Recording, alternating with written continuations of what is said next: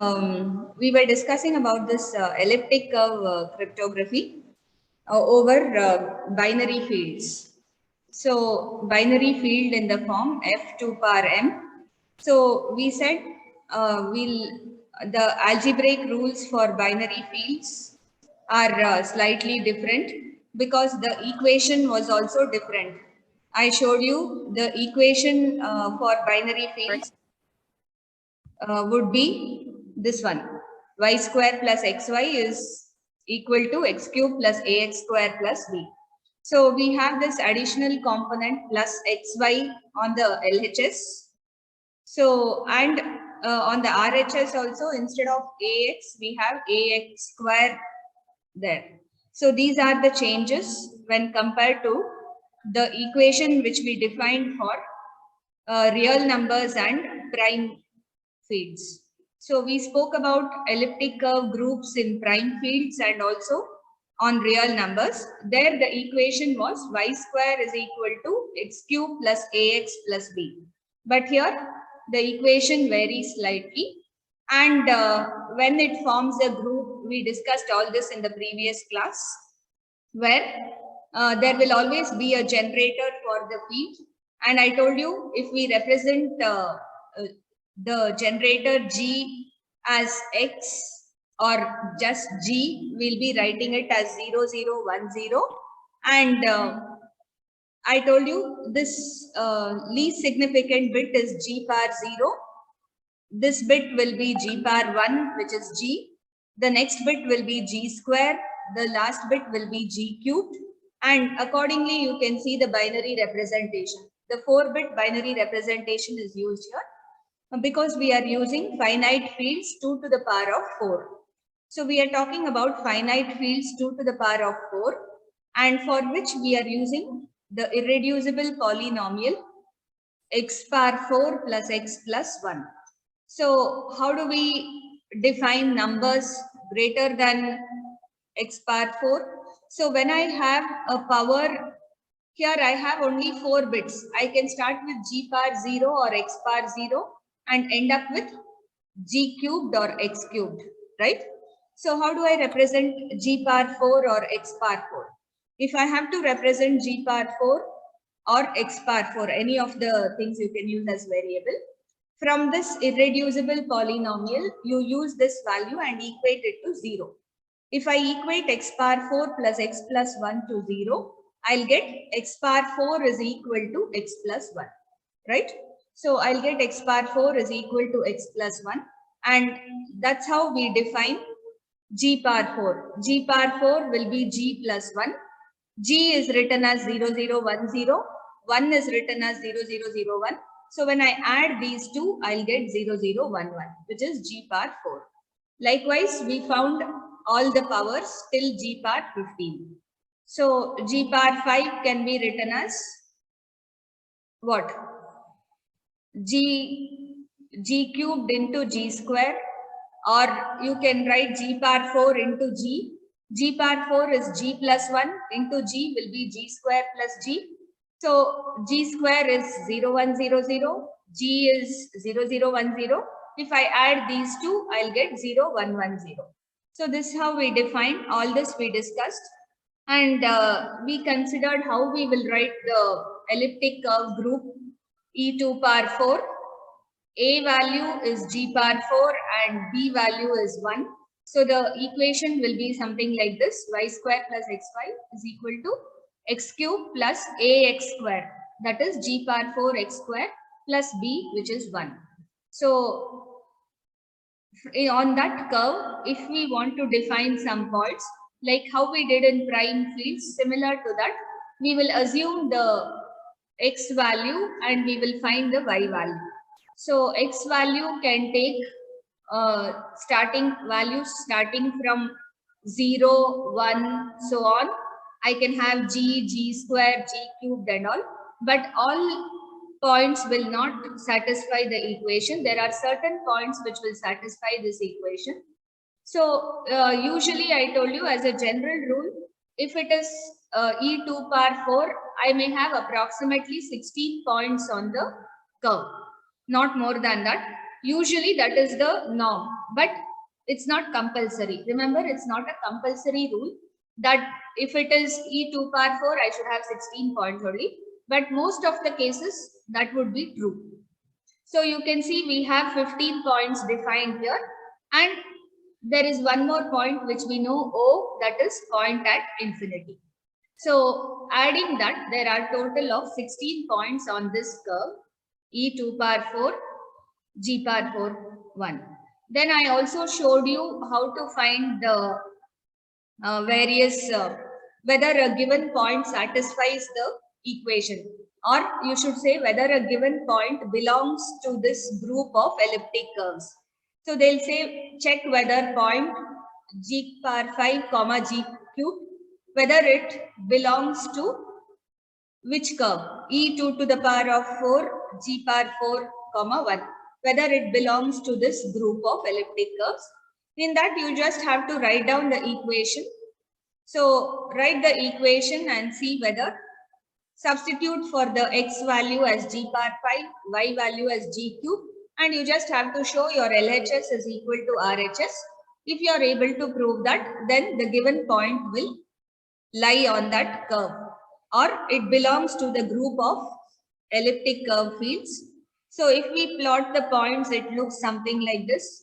You won't be able to draw any curve from these points because they are quite irregularly placed. We don't have any definite shape or anything. So you won't be able to guess the exact shape of the curve.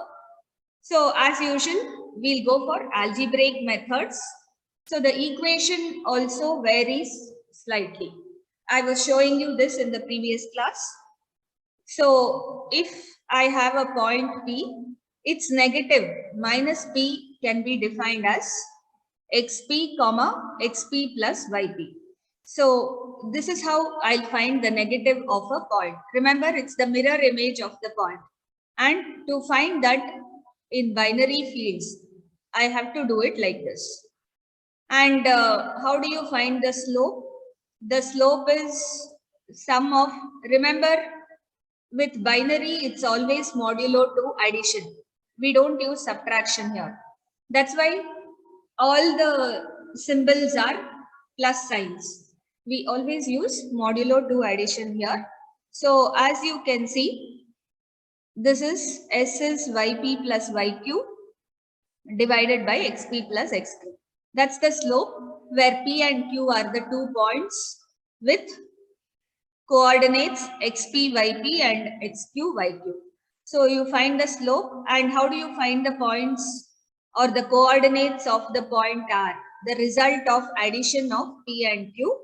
It's defined like this. So I think all of you have made a note of this definition. How to find xr and yr coordinates. And when we do doubling of a point, so that was, those equations were for point addition.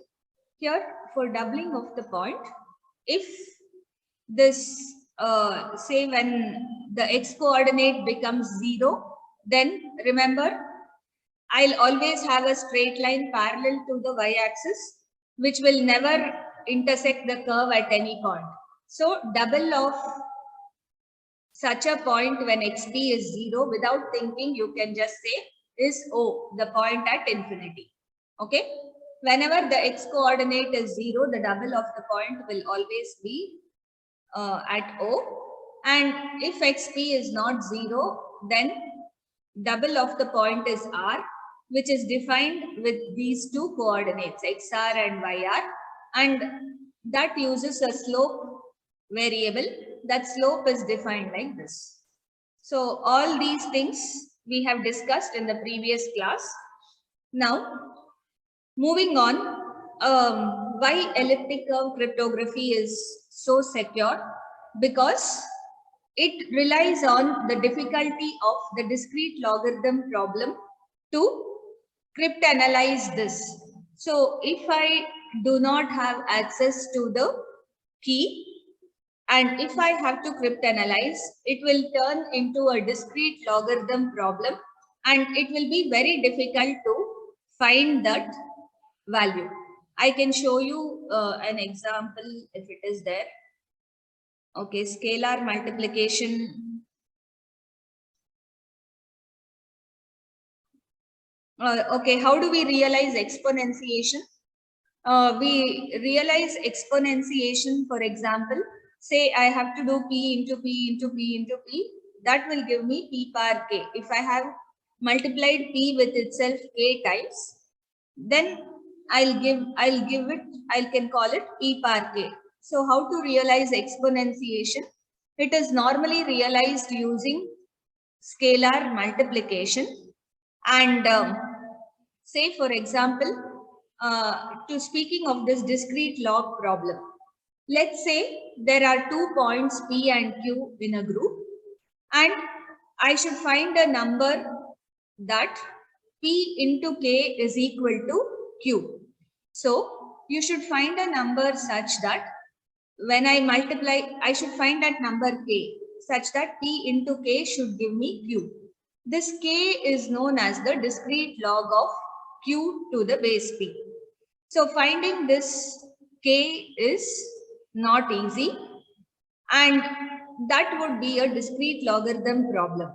So whenever we define these elliptic curve groups, okay, and given the points P and Q in the group, you should find a number K such that P into K is equal to Q. So let's see. Let's have in this example, we have an elliptic curve group. Y square is equal to x cube plus 9x plus 17. This is defined over F23. It's a prime field. So this is defined over the prime field F23. So what is the discrete logarithm k of q? Q value is given as 4, 5. Okay. So I have to find the discrete logarithm k of this point q to the base p. P is defined as 16, 5. So this kind of problems, how do we solve? Here we have points with coordinates and you should find the discrete logarithm. Remember, we find it in powers. I is something to the power of a power 1 a square. That's how we find discrete logarithm.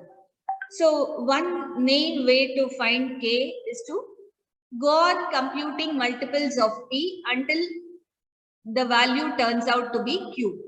See, I have to find the solution for k.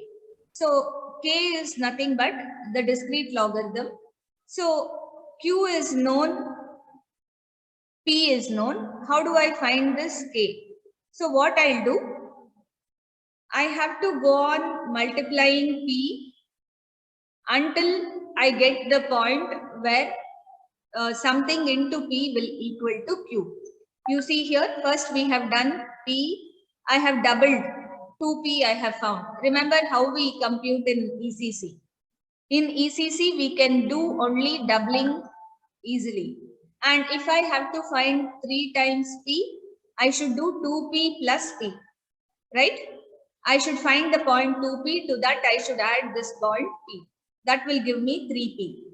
So like that, when they have computed, you can see the values of 3p, 4p, again 4p will be 2p plus 2p. You have found one 2p, to that you add another 2p.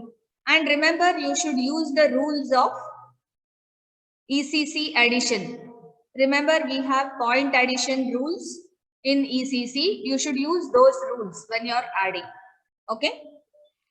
Likewise, you can find each of the points. We are trying with all multiples of p.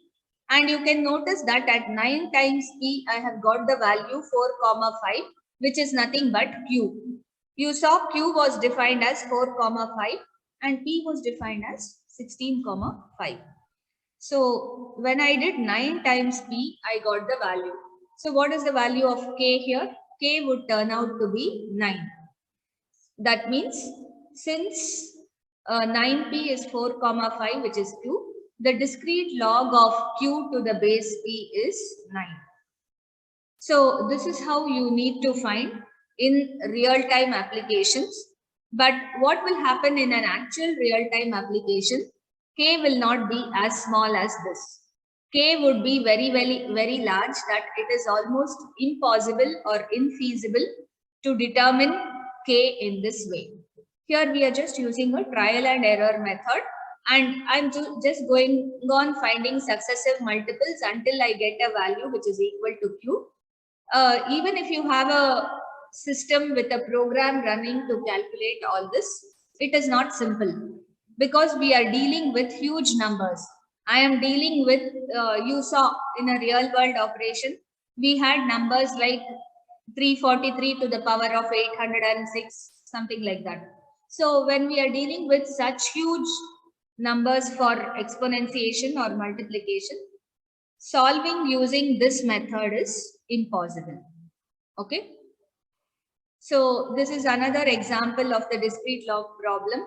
What is the discrete log of Q, which is defined by these coordinates to the base P, given like this? In the group, y square is equal to x cube minus 5x plus 4 over real numbers.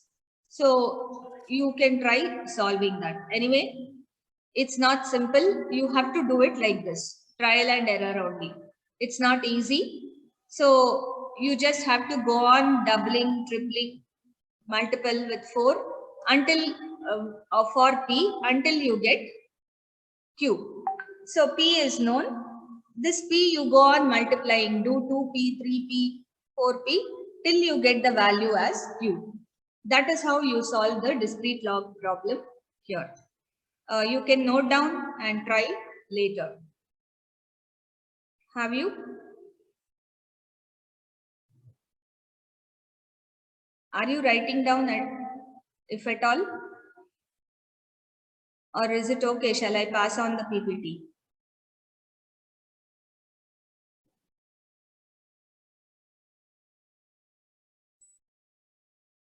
If none of you talk, I should assume.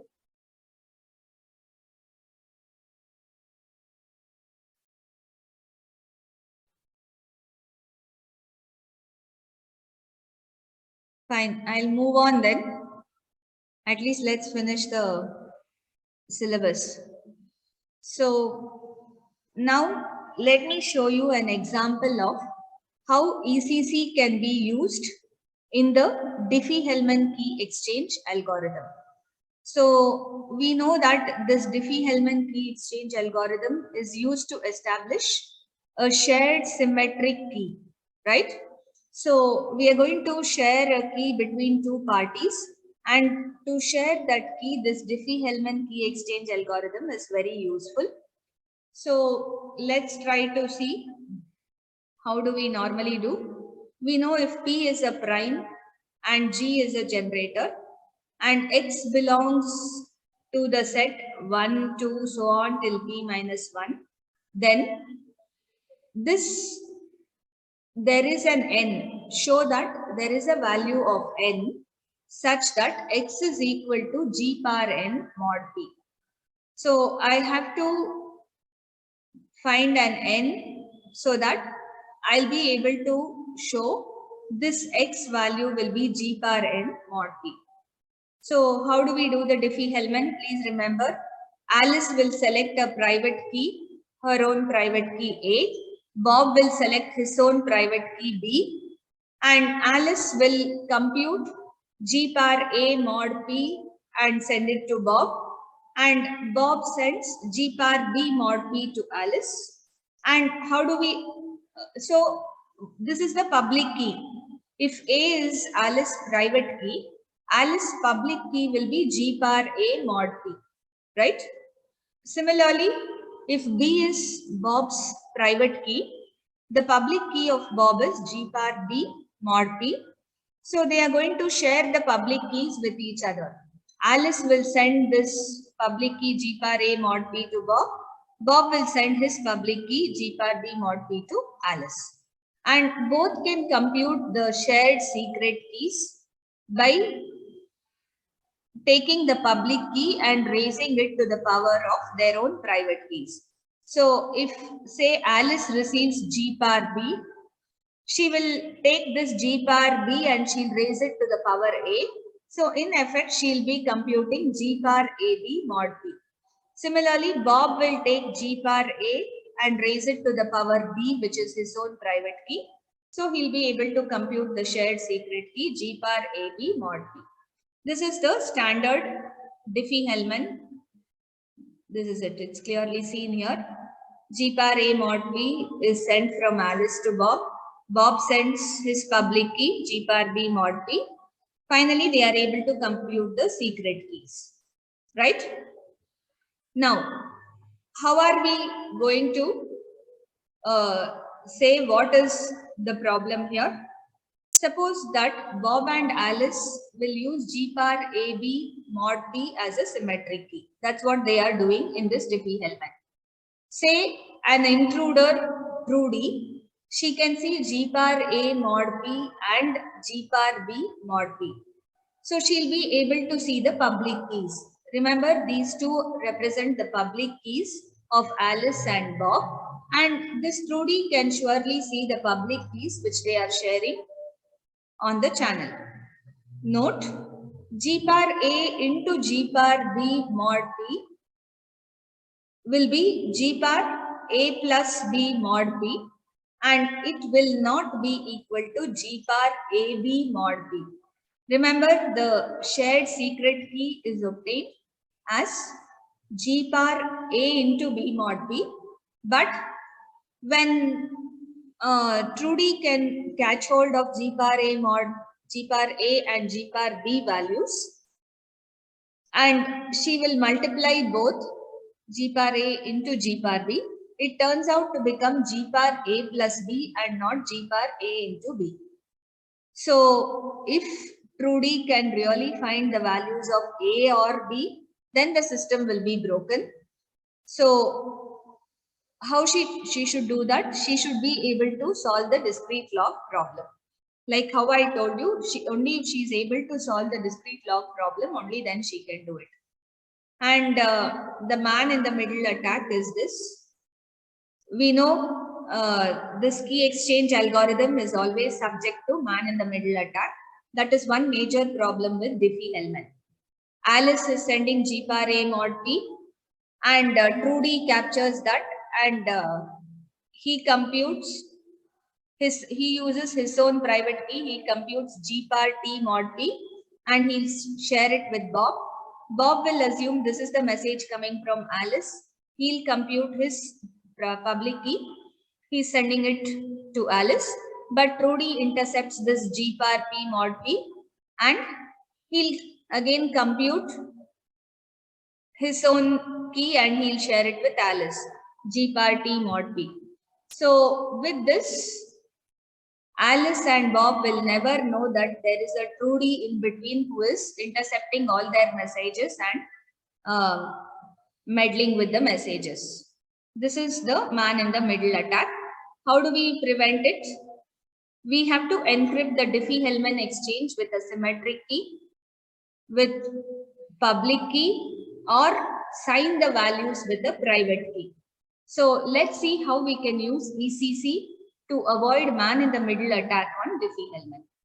So this man in the middle attack on Diffie-Hellman exchange algorithm can be avoided by using this ECC. How it is done, let's see. So elliptic curve is there, and we have defined an elliptic curve. It is made public. What is made public? The definition of the elliptic curve and a point x comma y on the curve. So this is known to all. What is private here is Alice key A and Bob's key B. Alice and Bob have kept their keys private. Now, Alice will encrypt, or let's say Alice will just multiply this point xy with her private key A and transmit it to Bob. Bob will multiply the point xy with his private key and transmit it to Alice. So Alice will now be able to compute the secret key using. So Alice has received Bob's public key B into the given point xy. She will multiply this with her own private key So it will become A into B into the point XY. That's how the secret key can be obtained.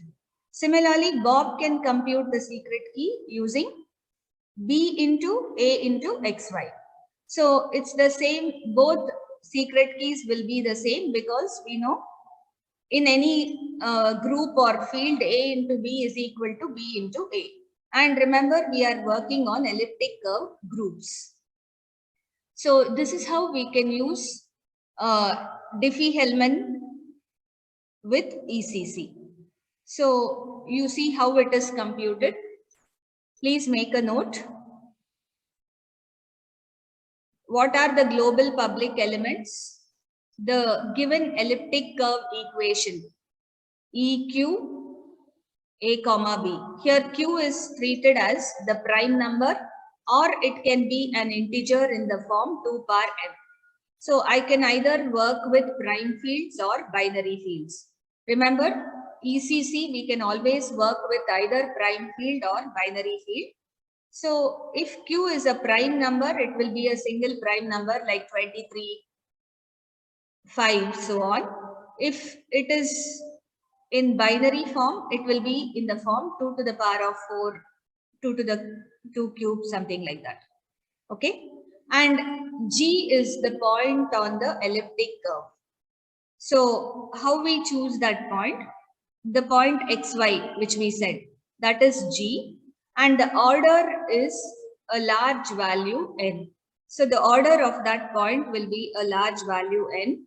We'll not worry about that now a bit. Now, how the key generation happens at user A, Alice point. Alice will select her private key NA such that NA should be less than N. That's why we were talking about a large N. Okay.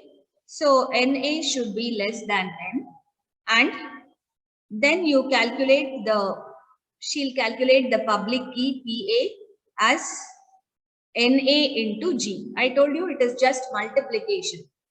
So here in ECC, rather than using exponentiation, we realize everything with multiplication. So here the public key is calculated by multiplying the private key with the given point on the elliptic curve, G. So NA into G, and this value will be transmitted to Bob. Similarly, in Bob's location, he will select his private key NB, which is less than N, and he will calculate the public key PB as NB into G. Now, they both will share their public keys with each other, and now since they have each other's public keys, they can compute their private secret keys. The shared secret key can be computed as, at Alice point, she knows her private key. She has Bob's public key, so NA into PB. In Bob's point, his private key NB into public key of Alice. Both will give you the same result, the same shared secret key K. Okay. So this is how it is realized. So there is an example here. We have the curve y square is equal to x cube plus 7x plus b mod 37. So it is using prime fields. So we are using prime fields here, and one second.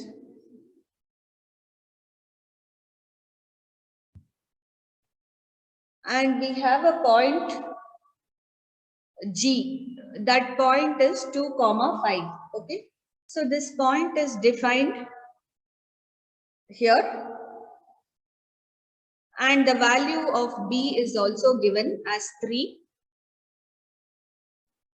Alice private key, let's assume it is 4. Okay. Then Bob's private key is given as 7. So remember, it is both these values should be less than P here, which is 37. Therefore, now they have to compute their public keys. Alice will compute her public key by multiplying her private key 4 into the given point G. So she should find 4 times this point 2, 5. How would you do this? You are trying to do 4p, which means you should do 2p plus 2p. Point doubling equations you should use. This is not very simple. It's not direct multiplication. Remember, we did point doubling in ECC. Can you just try to compute and check whether this is correct? I don't have my pen here.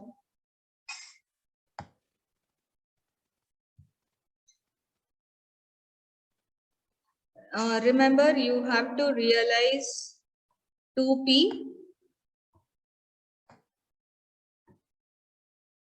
and you have to add another 2p to this.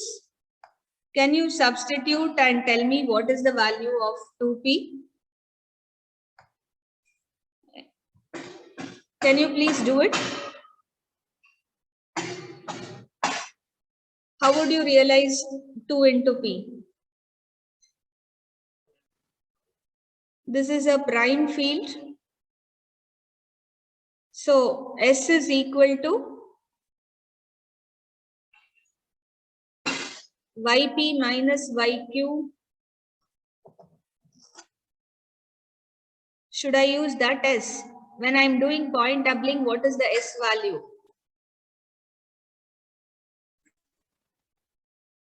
Anybody?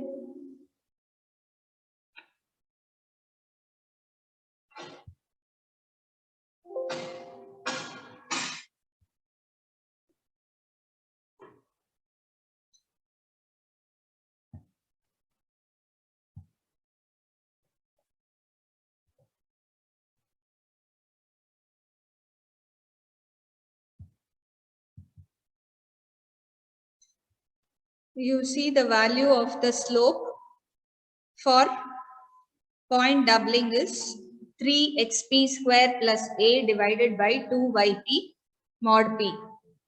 So can you apply this and compute?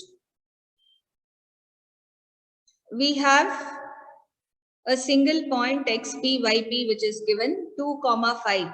So 3 into 2 square plus a divided by 2 into 5, and always you should do a mod p. So what will you get the slope as?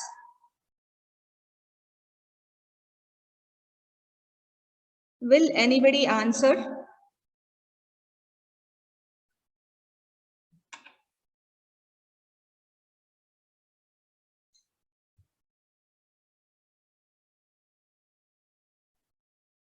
Yes?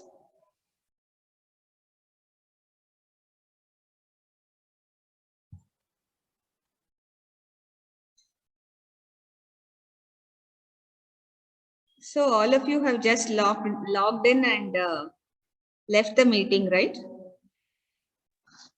No, ma'am. Okay, one person is there. Are you trying to compute or no? I had missed the last class actually, and I'm not understanding stuff this class. No, there is nothing to understand here. I'm just asking you to compute 2p. That's all. See, you just have See, to the formula we had. The same formula which you had for prime fields. I showed you this, no? Okay. Find S. Find S. Then S is find equal to X 7 by R 5. and Y. Please write down if you don't remember. S is 3xp square plus a divided by 2yp mod p. And XR is S square minus 2xp. And YR is minus yp plus S into xp minus XR.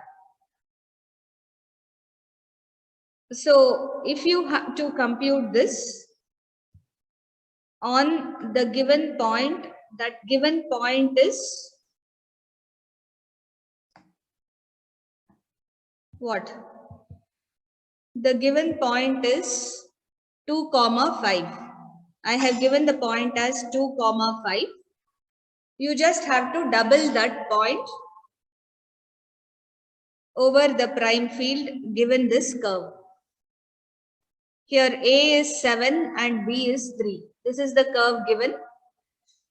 X cube plus AX plus B. A is 7, B is 3. So find the slope.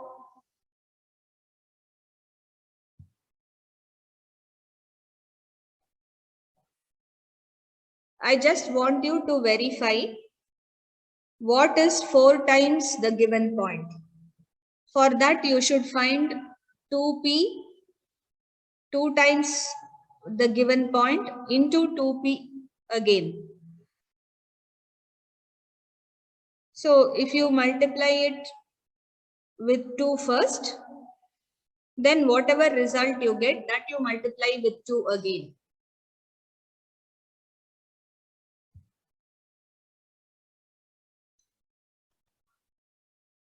.9 is the slope. Okay. Find the coordinates of the points. Can you find the coordinates?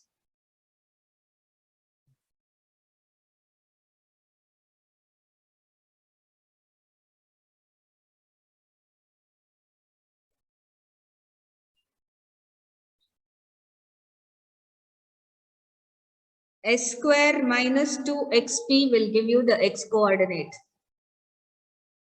S square minus 2 times xp.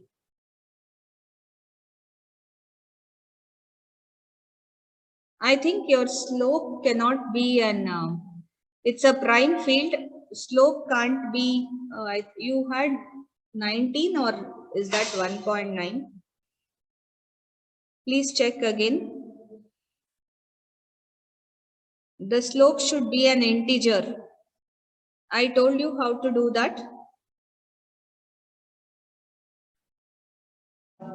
Leave it to you. You can go home and practice the computations. If you don't get it, you can ask. I'll do it in one of the classes. Since I don't have my pen today, I can't show you the computation. Anyway, I expected you would do it. You just have to find 2p, and then again for that point you should multiply with 2. Again find that 2 times that point. Then you will get this 7,32. Similarly, I am going to compute 7 times the point P. So if I call this point P or G, whatever you want you call, I have to take Bob's private key, which is 7, multiply the given point with 7. How do you do multiplication with 7? You can multiply with 2 first, 2p, then again multiply with 2, you'll get 4p. To that, you should add 2p plus p. So you will be computing 7p, and finally Alice will receive Bob's public key, that is 18,35, and she'll be able to compute the shared secret key by multiplying Bob's public key 18,35 with her private key, that is 4. So here we are doing 4 into 18,35. 18,35 is now Bob's public key. Okay. So we are computing Diffie-Hellman by multiplication in ECC rather than using exponentiation. If I wanted to do it in the original method, I had to find what? You had to compute a given alpha to the power of A mod P and alpha to the power of B mod P. But here we are not using exponentiation since we are using points on an elliptic curve field. We are using a point on a prime field of elliptic curves. We'll just use multiplication here. We'll not be using exponentiation. So Alice will get the shared secret key like this. Bob will also compute his secret key by taking Alice's public key, which is 7,32. You see, this is the point. Once I do 4 times 4 into 2 comma 5, I'll get this point 7 comma 32, and that should be multiplied with Bob's private key. You will be able to get back the same shared secret key. Okay, so this is how ECC is used in Diffie-Hellman key exchange algorithm. One thing which you should notice here is exponentiation is converted to multiplication because we are working with points on an elliptic curve field. Okay, so this is how it is realized, and the same thing is given here. You can use what we have shown in Diffie-Hellman can also be used with RSA also if I have to do the encryption or decryption. Now, coming to the last part of this, let's compare the key sizes needed for cryptanalysis.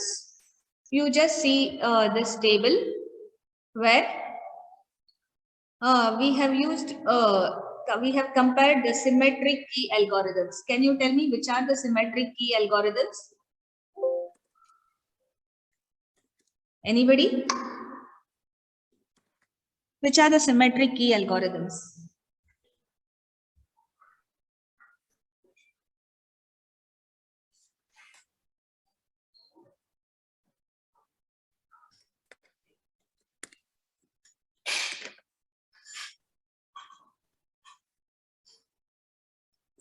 Great. AES, DES. Yes, AES and DES.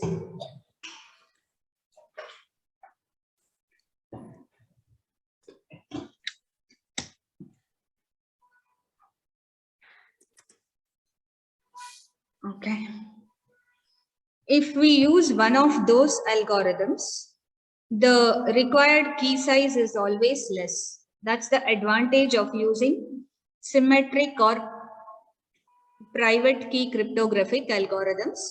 You see the key size is quite small. Okay. And we have one shared key. That's all. It's always one shared key in symmetric key cryptography.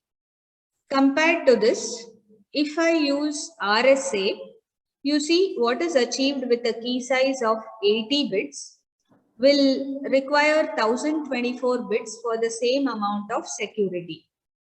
Okay, and ECC will need 160 to 223 bits.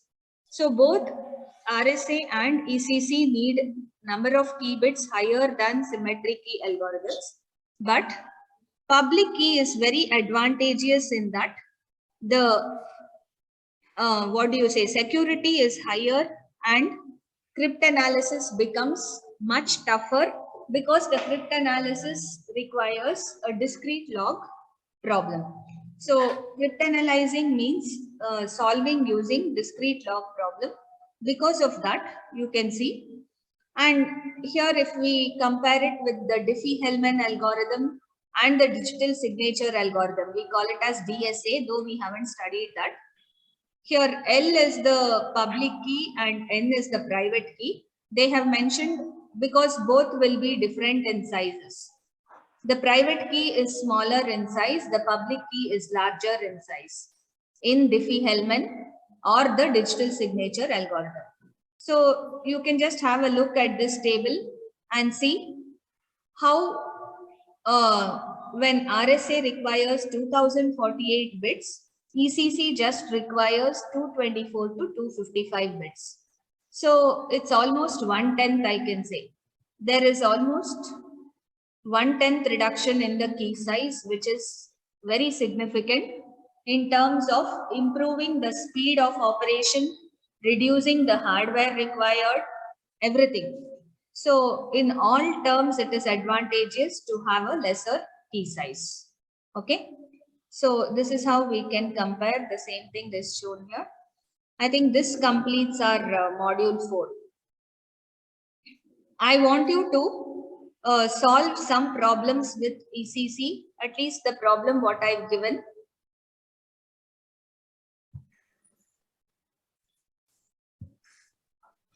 here. I want you to solve and try so that you get used to.